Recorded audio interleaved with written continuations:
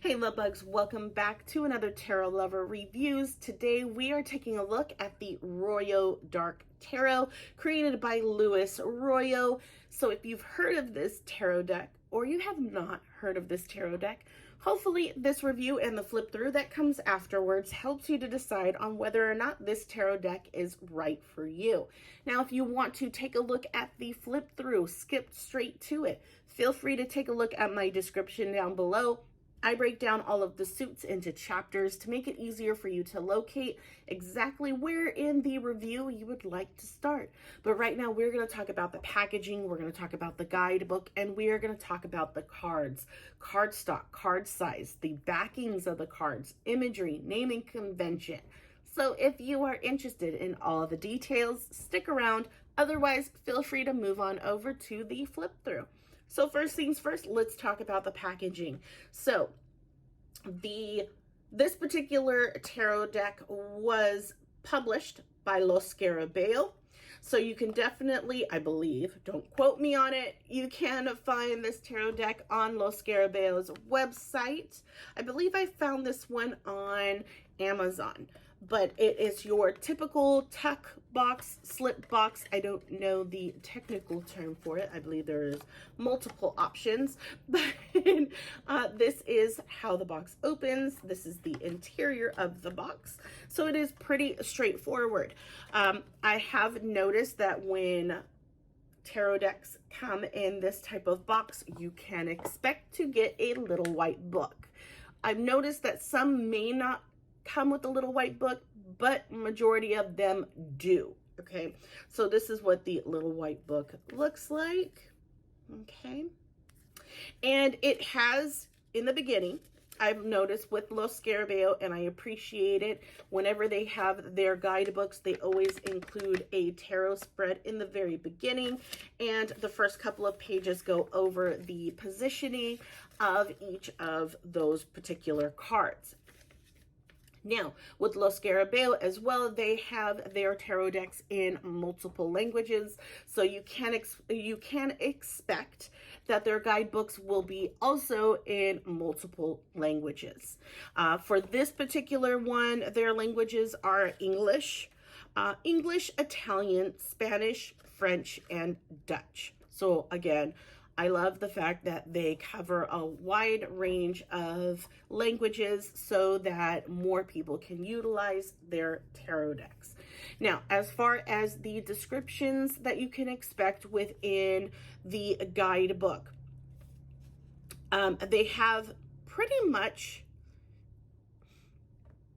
keywords and then not keywords.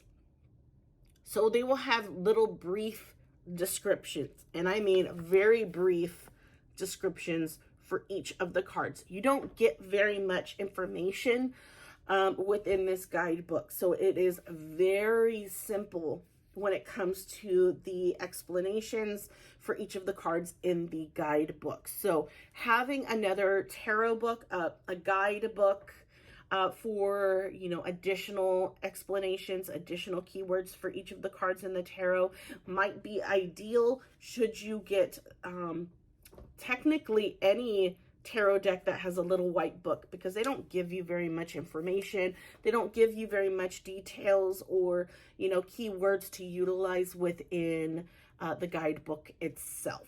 So keep that in mind. So that is the guidebook. Pretty straightforward, pretty easy peasy. Let's talk about the cards. So this is what the backs of the cards look like. I appreciate this background because you cannot tell whether or not it's upright or reversed. So I absolutely love that. I love it when and gives you the option to be able to read in reversals. Not everyone does. Some people do. So it's nice to not know what that card is. Just by looking at the back. You can see there's a slight gloss to it, but these cards are matte. But with that shine, it does kind of give the cards a little bit of space to kind of slip around. And with the cardstock, this cardstock is a little bit on the thinner side. It is very easy to bend. I don't prefer these types of cardstocks because I like my cards a little bit thicker, just so that I know that they will last the wear and tear. But some readers do enjoy this type of cardstock because it does make it easier to shuffle, especially if you do the riffle shuffle or what I call the poker shuffle. Makes it a lot easier to be able to do it in that particular type of way, but you don't have to shuffle that way. You shuffle however you see fit. I just find that I don't necessarily prefer cardstocks that are in, you know, this thin, really. That's just me. It's a me thing, okay?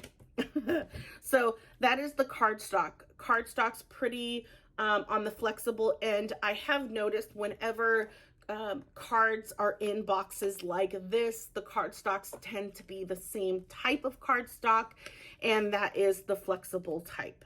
Okay, now let's talk about the size. So it looks pretty much like a typical cardstock. I have a standard Rider-Waite-Smith tarot card here for comparison. Let me just kind of make sure they're lined up. So there is a slight difference. The Royo Dark Tarot is a little bit on the thinner side. It's not as wide as your standard tarot card, which is not a bad thing, because I feel like when it's a little bit thinner or even a little bit shorter, it makes it easier to handle. It makes it easier to shuffle. So that is definitely not a make or break kind of situation for me. I like that. I feel like I have a better handle when they're a little bit on the thinner side or even a little bit on the shorter side. It makes it a lot easier to handle, to shuffle when I'm using that particular tarot deck. So that is the size of the cards. Let's talk about the naming convention and the imagery. So with all of my reviews, I will always compare them to the Rider-Waite-Smith tarot deck. The reason why I do that is because a lot of the guidebooks out there for you to purchase is based off of the Rider-Waite-Smith naming convention and imagery, okay? And a lot of the tarot decks out there that you can purchase is widely based off of or inspired by the Rider-Waite-Smith imagery. So if you are a new tarot reader and you want to move away from the Rider-Waite-Smith imagery, you might feel that it's a little too dated. You would like something a little bit more up your alley, you know, a themed deck that you might enjoy, or something that is more modern style. That is why I do these reviews, to make it easier for you to know and understand whether or not this is a tarot deck that would work for you and, you know, what you're looking for. So with that being said, let's talk about the naming convention first. So naming convention, exactly the same, okay, with the exception of the page within your minor arcana. The page in the minor arcana are called knaves in this deck, which is not uncommon to happen. A lot of decks will have the minor arcana, specifically the pages tend to change to either, you know, the knave or a page. I'm trying to remember the other options that I've seen them stated as. So I've noticed that the most when it comes to the minor arcana, the pages may change in names. But everything else is the same. Minor arcanas are the same. Pentacles, Cups, Wands, and Swords. Major arcana, exactly the same as well. That is the naming convention. I will say, I didn't mention that right here. With Los Scarabeo and the fact that they do have it in multiple languages, they do state the name of the cards at the top. They do the same all throughout the cards. I know sometimes with the minor arcana, they won't necessarily say, you know, the names on there. It may just have the suit and then the number on the cards, and that's it. But in this particular deck, nope, they put the names on all of the cards, which is fantastic.